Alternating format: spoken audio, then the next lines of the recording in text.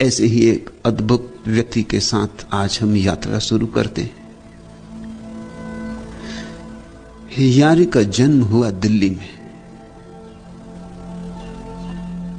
नाम था यार मोहम्मद। फिर मोहम्मद तो जल्दी ही खो गया, क्योंकि जिससे परमात्मा को पुकारना हो वह हिंदू नहीं रह सकता, वह मुसलमान भी नहीं रह सकता, वह ईसाई भी नहीं रह सकता। परमात्मा को पुकारने के लिए कुछ शर्तें पूरी करनी पड़ती, और पहली शर्त है विशेषण छोड़ देने पड़ते हैं, आग्रह छोड़ देने पड़ते हैं, मंदिर और मस्जिद छोड़ देने पड़ते हैं। तभी तो खुद मंदिर बनोगे, खुद मस्जिद बनोगे। जब तक बाहर के मंदिर और मस्जिद को पकड़े रहोगे, याद ही ना आएगी कि अपने भीतर भी एक मंदिर था,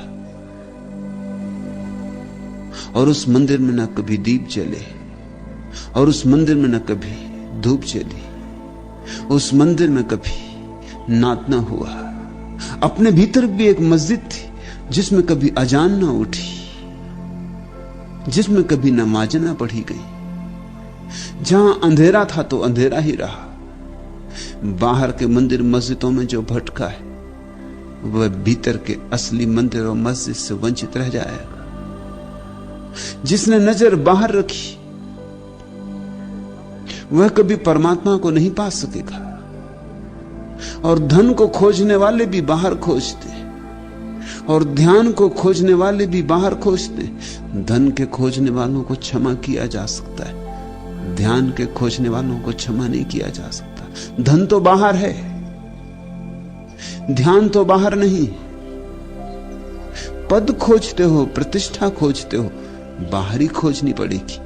परमात्मा खोजना है तो भीतर खोजना पड़ेगा। और भीतर कोई हिंदू है कि भीतर कोई मुसलमान है, कि भीतर कोई ईसाई है, कि कोई जैन है, कि कोई बौद्ध है, कि कोई सिख है, कि पारसी है। भीतर तो तुम निर्मल हो, निराकार हो। भीतर तो तुम विशेषण रहित हो। न तुम ब्राह्मण, न तुम शूद्र, न तुम स्त्री, न तुम पुरुष, न तुम गोरे, न तुम काले। भीतर तो तुम बच्चे भी नहीं, जवान भी नहीं, बूढ़े भी नहीं। भीतर तो तुम शाश्वत हो, समयातीत हो, कालातीत हो। और भीतर का ही स्वाद मिले तो परमात्मा का स्वाद मिले। सो जल्दी ही यार मोहम्मद का मोहम्मद कहां खो गया पता नहीं। अब तो लोग अनुमान लगाते हैं कि यार मोहम्मद नाम रहा होगा। यह अनुमान है, ऐतिहासिक कोई प्रमाण नहीं। ऐसा ही होता है। ये तो बाहर के रंग है, ये तो एक उसकी वर्षा का झोंका आया कि ये रंग बह जाएंगे। शिष्य थे वीरू फकीर के। वीरू मुसलमान नहीं, वीरू तो जन्मे थे हिंदू घर में। लेकिन जब कोई ज्योति जलती है तो सब तरह के दीवाने चले आते, भांति भांति के परवाने चले आते। उस मदमस्ती में कौन देखता है कौन हिंदू कौन मुसलमान। वीरू खुद एक मुसलमान फकीर स्त्री के शिष्य थे, बावरी साहिबा के। संतों का जगत कुछ और ही है। वहां बाहर के भेदों का कोई मूल्य नहीं। यह स्त्री बावरी साहिबा भी बड़ी अद्भुत स्त्री थी। स्त्रियां तो थोड़ी ही हुई हैं जो अंगुलियों पर गिनी जा सके, उनमें बावरी भी एक है। उसका तो नाम भी पता नहीं। ऐसी पागल हुई प्रभु के प्रेम में कि बस इतनी ही याद रह गई कि बावरी थी, कि दीवानी थी, कि पागल थी। बावरी थी मुसलमान,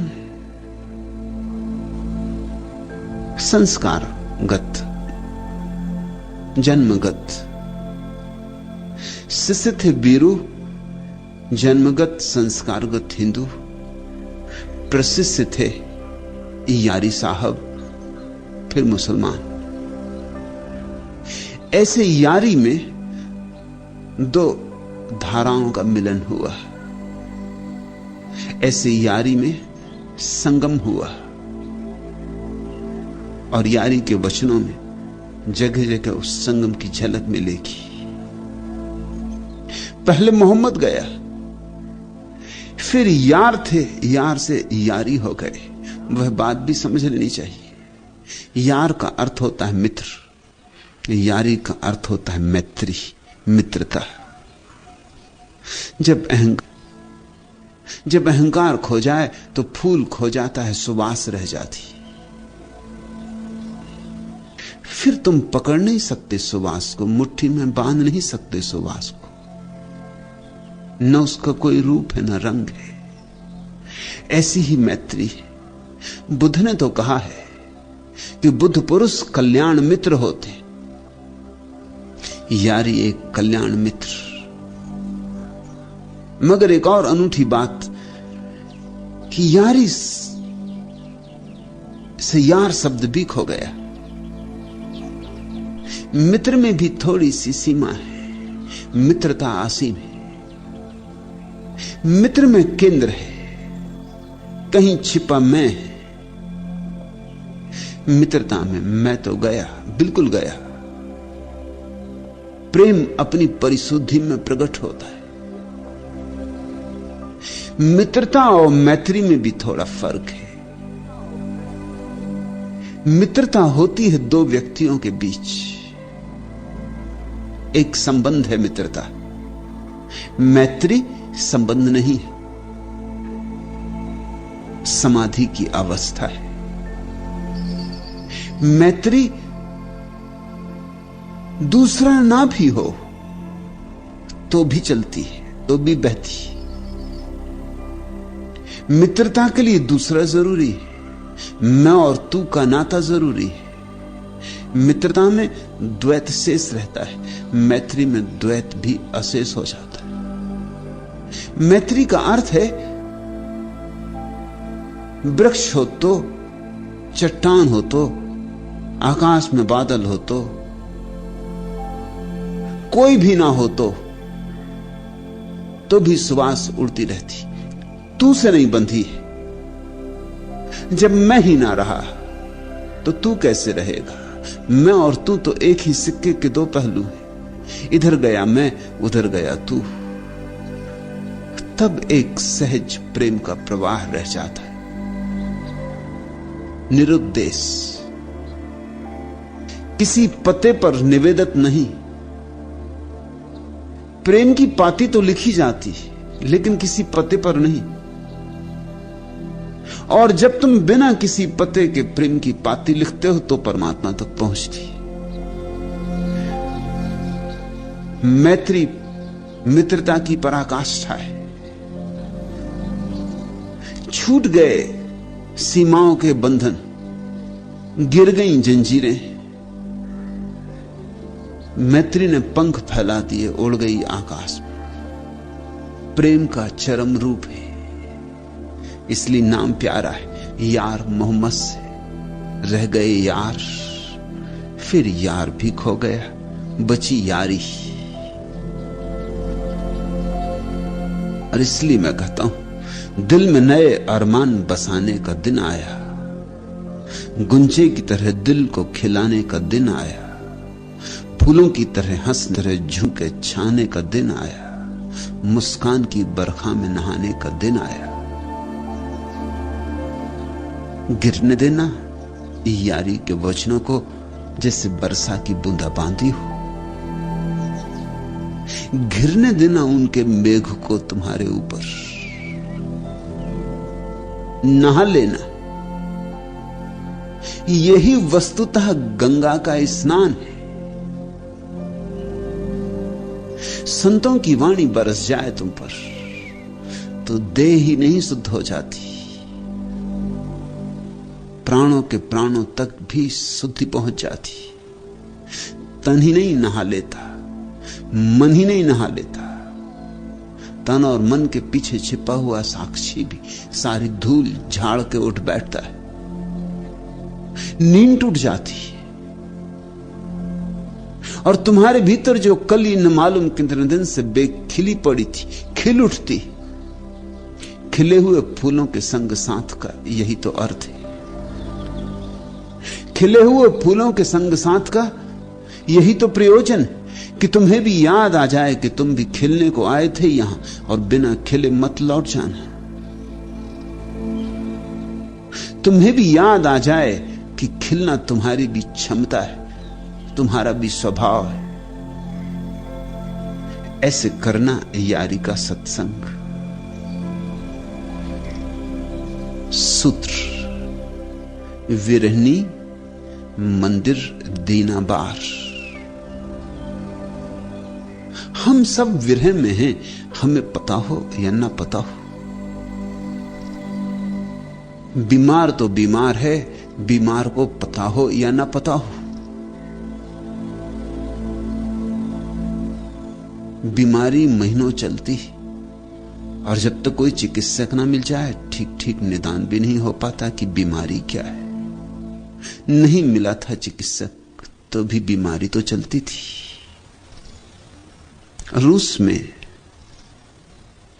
एक बड़े वैज्ञानिक किरलियान ने एक नए किस्म की फोटोग्राफी का आविष्कार किया है, जिसमें बीमारी के आने के 6 महीने पहले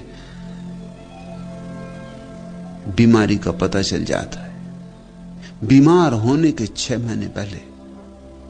अभी बीमार को भी 6 महीने बाद पता चलेगा, और बीमार को भी पता चलते चलते जब महीने 2 महीने बीत जाएंगे तब वो चिकित्सक के पास जाएगा। लेकिन किरलियान फोटो से 6 महीने पहले पता चल जाता है कि किस तरह की बीमारी, किस भांति की बीमारी पकड़ने वाली है। कहीं बीमारी ने पकड़ ही लिया है किसी गहरे तल पर। उस गहरे तल से आते आते तुम्हारे चेतन तक, अचेतन से चेतन की यात्रा करते करते समय लगेगा। फिर कुछ दिन तो तुम टालोगे, कुछ दिन तो तुम मन समझा लोगे कि यूं ही होगा, कि सर्दी जुकाम है, कि सिर दर्द है, कि थकान है, कि काम ज्यादा है, कि कल रात ठीक से सो नहीं पाए। टालते रहोगे कुछ बहाने खोजकर। और कुछ बीमारियां तो ऐसी हैं कि आदमी जिंदगी भर टाल सकता है, और कुछ बीमारियां तो इतनी सूक्ष्म हैं कि टालने की जरूरत ही नहीं पड़ती, पता ही नहीं चलता है। उतनी सूक्ष्म बुद्धि ही कम लोगों के पास है, उतनी प्रकीर्ण संवेदनशीलता ही बहुत कम लोगों के पास है। फिर शरीर की बीमारियों की बात हुई, ये तो मन की बीमारियां और भी गहरी हैं। मनोवैज्ञानिक तो कहते हैं कि 4 में से 3 लोग मानसिक रूप से बीमार हैं। 4 में से 3 तो बड़ी संख्या हो गई। और मनोवैज्ञानिक ये भी कहते हैं कि चौथा स्वस्थ है। ये भी हम गारंटी से नहीं कह सकते। 3 तो निश्चित बीमार है, चौथा संदिग्ध है। ये तो खूब बात हुई। इसका तो अर्थ हुआ कि सारी मनुष्यता बीमार है, और ये तो मन की बीमारी की बात है। फिर उसके गहरे आत्मा की बीमारी है। जब मन में 4 में से 3 बीमार है और चौथा संदिग्ध है, तो आत्मा के संबंध में तो निश्चिंत मानो कि चारों बीमार है,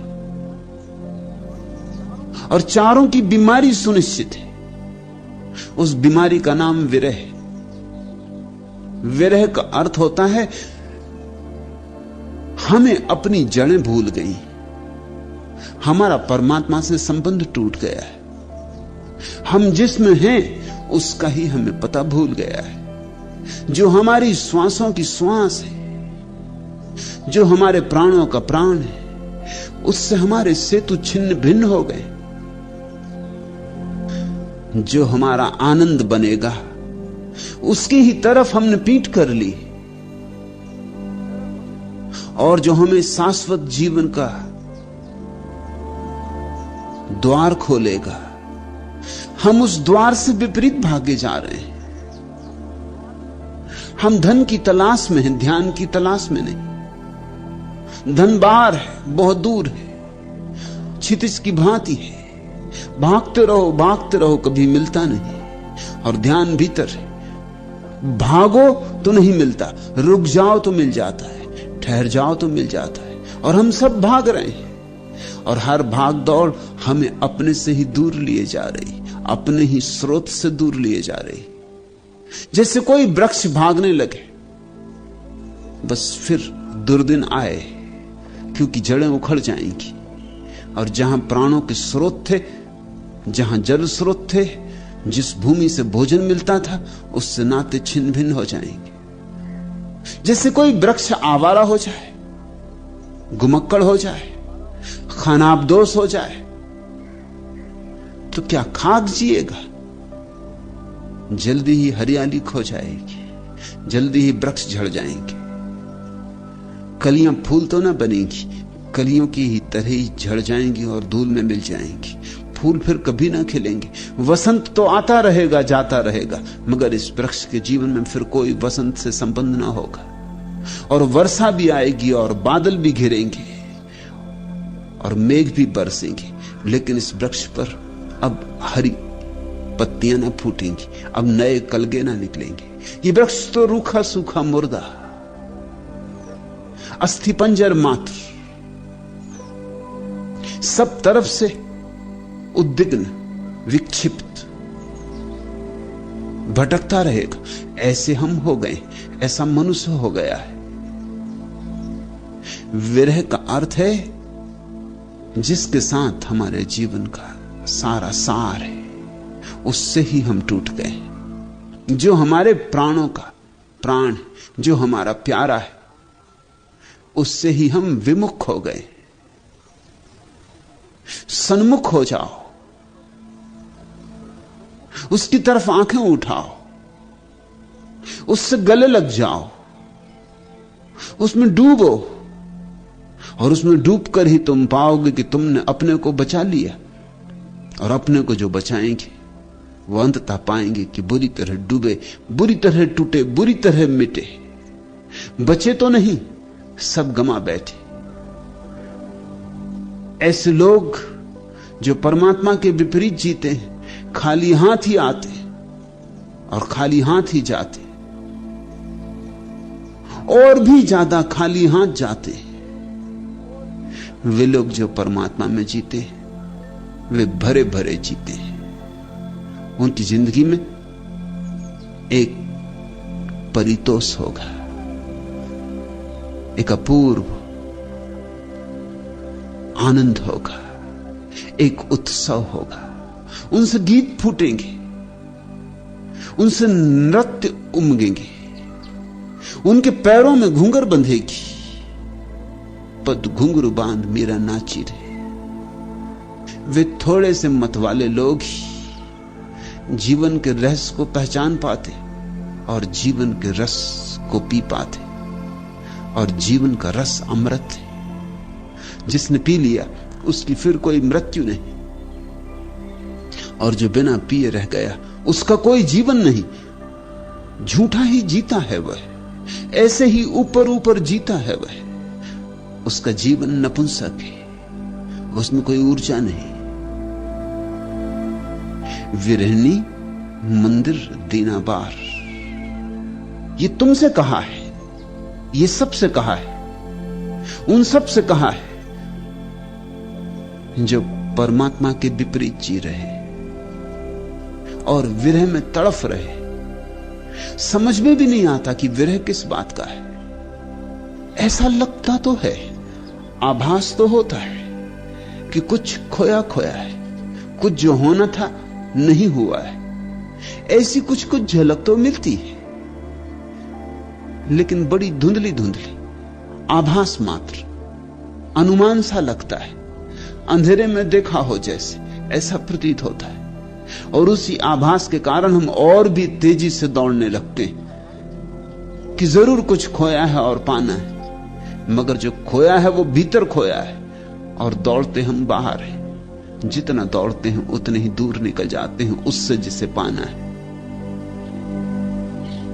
इस दुनिया में जो बहुत सफल हो जाते हैं, ध्यान रखना, उनकी सफलता महंगी बात है, क्योंकि जितने वे सफल हो जाते हैं इस दुनिया में, धन पाने में, पद पाने में, प्रतिष्ठा पाने में, उतने ही असफल हो जाते हैं अपने अंतरलोक में। इधर धन के ढेर लग जाते, उधर भीतर दरिद्रता के ढेर लग जाते। इधर बाहर पद ऊंचे से ऊंचा होने लगता है, भीतर खाई गहरी से गहरी होने लगती। इधर बाहर प्रतिष्ठा मिलने लगती, सम्मान मिलने लगता है, भीतर दीनता कांटे की तरह चुभने लगती। विरहनी मंदिर दीना बाहर। मंदिर से अर्थ है तुम्हारी देह से, क्योंकि इसी मंदिर में तो परमात्मा विराजमान है। कहां भागे जाते हो, किसे खोजने निकले हो? अनंत से तो खोज रहे हो, मिला नहीं। जरूर कोई बुनियादी चूक हो रही। जो भीतर हो उसे बाहर खोजोगे तो कैसे पाओगे? मंदिर हो तुम, और तुम्हारे तथाकथित पंडित पुरोहित तुम्हारी देह की निंदा में संलग्न है। सदियों से उनका एक ही काम है कि तुम्हारी देह की निंदा करें, कि तुम्हें देह का शत्रु बनाएं, कि तुम्हें बताएं कि देह के कारण ही तुम परमात्मा से टूटे हो। झूठी यह बात है, सरासर झूठी यह बात है, 100% झूठी यह बात है। तुम्हारी देह परमात्मा के विपरीत नहीं। तुम्हारी देह को तो परमात्मा ने अपना आवास बनाया है। तुम्हारी देह मंदिर है, पूजा का स्थल है, काबा है, काशी है। तुम्हारी देह को दबाना मत, सताना मत, तुम्हारी देह को तोड़ने में मत लग जाना। हालांकि यही तुम्हें सिखाया गया है, यही जहर तुम्हें पिलाया गया है। दूध के साथ, घुटी के साथ तुम्हें यह जहर पिलाया गया है कि देह पाप है। और जिसको ये समझ में आ गई बात, जिसके भीतर ये बात बहुत गहराई में बैठ गई, ये ना समझी कि देह पाप है, वह परमात्मा से कभी भी ना मिल सकेगा। क्योंकि देह से डरा डरा बाहर बाहर रहेगा, और देह के भीतर तो प्रवेश कैसे करेगा? पाप में कहीं प्रवेश किया जाता है? देह उसकी भेंट है, पाप नहीं। देह पुण्य है, पाप नहीं। देह पवित्र है, अपवित्र नहीं। देह का सम्मान करो, देह का सत्कार करो, और तभी तो तुम प्रवेश कर पाओगे। देह से मैत्री बनाओ, यारी साधो, और धीरे धीरे देह में भीतर सरको। योग तैयार करता है तुम्हारी देह को, ताकि तुम भीतर सरक सको। तुम्हारे देह के द्वार खोलता है, और ध्यान तुम्हें देह के भीतर बैठने की कला सिखाता है। और जिसने देह के द्वार खोल लिए योग से, और जिसने ध्यान से भीतर बैठने की कला सीख ली, पा लिया उसने परमात्मा को। सदा परमात्मा ऐसे ही पाया गया है। मंदिर दीना बार, आत्मज्योति भीतर जलानी है। ये दिया तुम्हारी देह में जलना है। जलाना है कहना शायद ठीक नहीं, जल ही रहा है। पहचानना है, प्रतिभिज्ञा करनी है। रंग है जिसमें मगर बुए वफा कुछ भी नहीं। ऐसे फूलों से न घर अपना सजाना हरगिज। दिल तुम्हारा है वफाओं की परिस्थिति के लिए, इस मोहब्बत के सिवाले को न ढाना हरगिज। ये तुम्हारी देह, ये तुम्हारा दिल धड़कता है जो भीतर, इसी के अंतरतम में परमात्मा विराजमान है। तुम झूठे फूलों में भटके हो, जबकि सच्चा फूल तुम्हारे भीतर खिलने को राजी। तुम्हारी झील में नील कमल खिलने को राजी। तुम मांगते फिरते हो प्लास्टिक के फूलों को, बाजारों में खरीद रहे हो कागज के फूलों को। रंग हैं जिसमें मगर बुए वफा कुछ भी नहीं। ऐसे फूलों से न घर अपना सजाना हरगिज। दिल तुम्हारा है वफाओं की परिस्थिति के लिए, इस मोहब्बत के सिवाले को न ढाना हरगिज। उतरो देह की सीढ़ियों से, पाओगे हृदय को, वह तुम्हारा अंतरग्रह। फिर उतरो हृदय की सीढ़ियों से और तुम पाओगे उस अमृत के स्रोत को, जिसके बिना जीवन उदास है, जिसके बिना जीवन संताप है, जिसके बिना जीवन विषाद है। विरहनी मंदिर दीना बार। ए विरही लोगो, अपने घर में आत्मज्योति को जलाओ, यह जलती आत्मज्योति को पहचानो। कब ठहरेगा दर्द ए दिल, कब रात बसर होगी। सुनते थे वह आएंगे, सुनते थे सहर होगी। कब जान लहू होगी, कब अश्क गुहर होगा। किस दिन तेरी सनवाई ए दीदाए तर होगी। कब महकेगी फसले गुल, कब बहकेगा महखाना। कब सुबह सुखन होगी, कब सामे नजर होगी। वाइज है न जाहिद है, ना से है न कातिल है। अब शहर में यारों की किस तरह बसर होगी। दुनिया बड़ी सूनी हो गई, दुनिया बड़ी सूनी। अब नहीं मिलते यारी जैसे लोग। दुनिया बड़ी उदास है। आदमियों की भीड़ बढ़ती गई है और आदमी खोता गया है। आदमियों की भीड़ बढ़ती गई है और आत्मा खोती गई है। अब नहीं मिलते वे प्यारे लोग, या बड़ी मुश्किल से मिलते हैं। कभी गांव गांव उनके दिए जलते थे, कभी बस्ती बस्ती उनकी रोशनी से रोशन थी। इस जमीन ने बड़े प्यारे फूल उगाए। क्यों ऐसा हो गया? अब प्यारे फूल क्यों नहीं उगते? झाड़ियां अब भी हैं, मगर गुलाब के फूलों के दर्शन नहीं होते। कहीं कोई बुनियादी चूक हमारे दृष्टिकोण में हो गई। हम ज्यादा से ज्यादा बहिर्मुखी हो गए और अब तो बहिर्मुखता की हद आ गई। अब तो इस हद के आगे गए तो मौत है, इस हद के आगे गए तो आदमी समाप्त है। अब तो लौट पड़ना होगा, अब तो फिर खोए खजाने खोजने होंगे। कब ठहरेगा दर्द ए दिल, कब रात बसर होगी। सुनते थे वह आएंगे, सुनते थे सहर होगी। सदियों सदियों तक लोगों ने परमात्मा की प्रतीक्षा में दिन और रातें बिताई थी। अब तो याद भी नहीं आती। अब तो परमात्मा हमारी जिंदगी का हिस्सा ही नहीं। अब तो हम परमात्मा शब्द का भी उपयोग करते हैं तो औपचारिक ढंग से करते हैं। अब उसमें अर्थ नहीं रह गया, क्योंकि अर्थ हम डालते ही नहीं तो उसमें अर्थ आएगा कहां से? शब्दों में अर्थ नहीं होते, अर्थ तो जीवन से डालने होते। कब ठहरेगा दर्द दिल, कब रात बसर होगी, कब टूटेगी ये रात और दिल की ये बेचैनियां और दिल की ये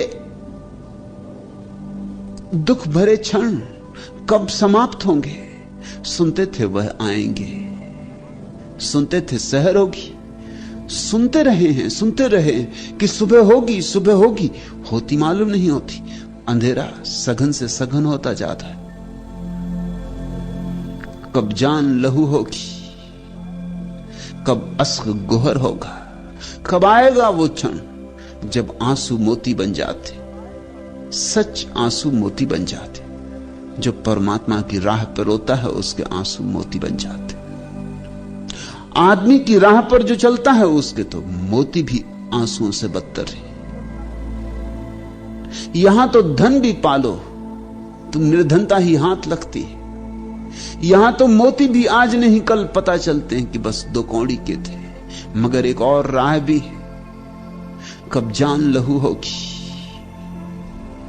कब अश्क गुहर होगा, किस दिन तेरी सनवाई ए दीदा ए तर होगी, और कब तेरे दर्शन होंगे। उसके दर्शन होते ही तुम्हारी साधारण आंखें असाधारण दृष्टियों में बदल जाती, तुम्हारी साधारण देह दीप्त हो उठती, तुम्हारी देह फिर मिट्टी की नहीं रह जाती, आकाश की हो जाती। फिर जमीन की कशिश तुम्हें नीचे नहीं खींच पाती, फिर आकाश का प्रसाद तुम्हें ऊपर उठा लेता है। कब महकेगी फसलें गुल, कब आएगा वसंत, कब खिलेंगे फूल, कब उठेगी महक, कब महकेगी फसलें गुल, कब बहकेगा मैखाना, कब हम नाचेंगे दीवाने होकर, क्योंकि जो नहीं नाचा दीवाना होकर वह व्यर्थ ही आया और व्यर्थ ही गया। जब तक पृथ्वी मैखाना ना हो जाए, जब तक तुम्हारा जीवन मस्ती की एक लहर ना हो जाए, जब तक तुम्हारी श्वास श्वास में परमात्मा की शराब की सुगंध ना आने लगे, तब तक जानना कि व्यर्थ ही जिए हो। तब तक जानना कि अभी यात्रा ने ठीक मोड़ नहीं लिया। कब महकेगी फसलें गुल, कब बहकेगा मैखाना, कब सुबह सुखन होगी, कब सामे नजर होगी, कब होगी वो प्यारी प्रभात जब सूरज उगेगा, कब आएगी वो सांझ विश्राम की, परम विश्राम की। वाइज है न जाहिद है, नास है न कातिल है, अब शहर में यारों की किस तरह बसर होगी।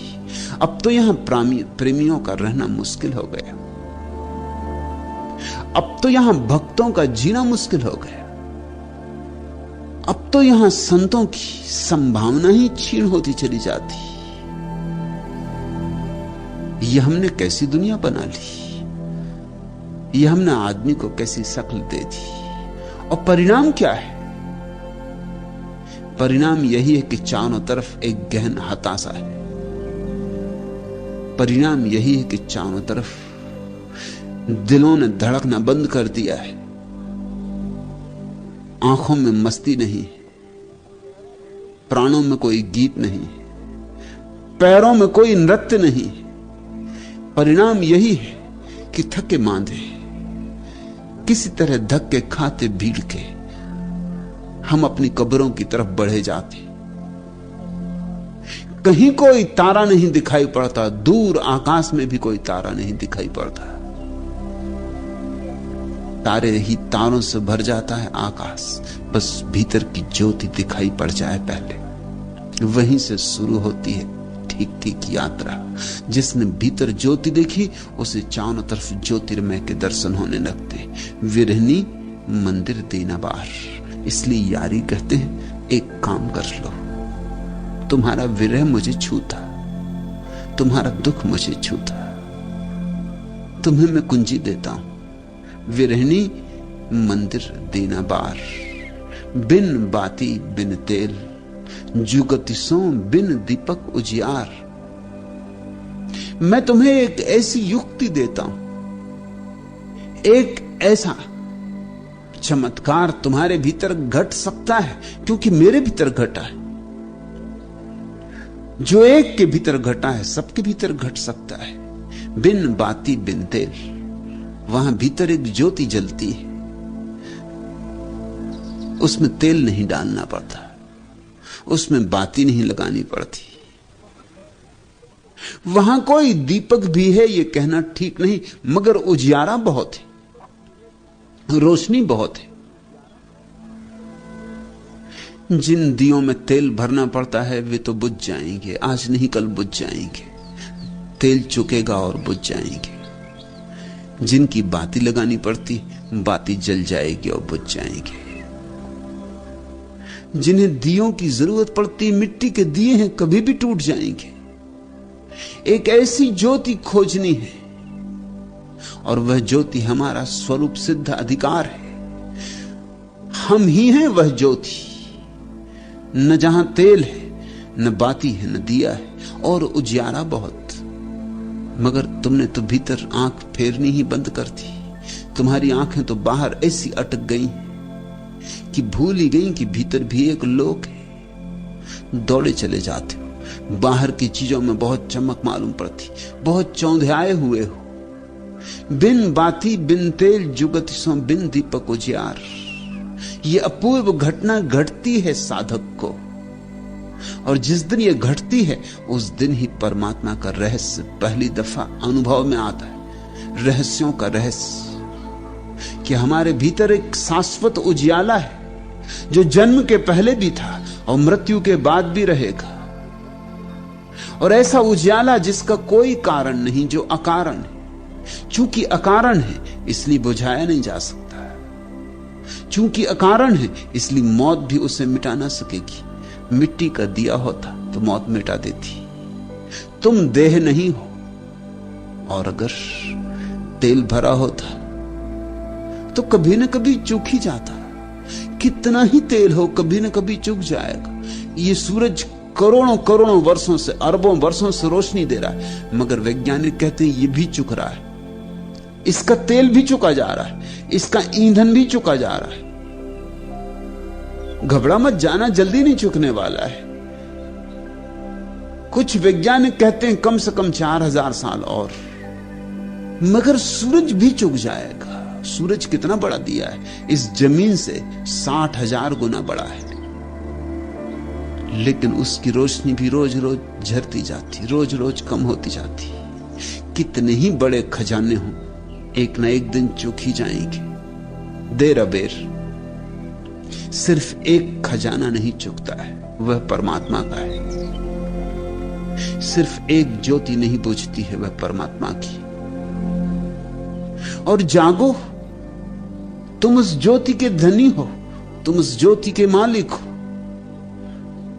तुम्हें बहुमूल्य से बहुमूल्य भेंट दी गई, और अभागे हो कि उस भेंट को न तुम देखते हो, न उस भेंट का सम्मान करते हो, न उस भेंट के लिए तुमने परमात्मा को कोई धन्यवाद दिया है।